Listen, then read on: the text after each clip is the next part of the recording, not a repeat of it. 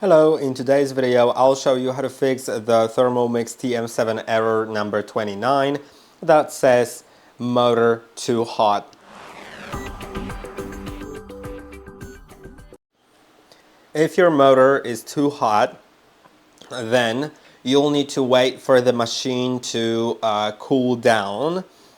Sometimes the lid will stay locked for a moment, so you cannot remove it. But if it isn't locked, try removing it to let it cool a bit more quickly. It'll take about 5 minutes and it's normal. Although there are some workloads that will cause overheating, especially milling or some ingredients that are very hard, and if you use them at a very high speed, or if you just use a very high speed for too long, because you're not intended to use high speeds for longer than a few minutes. That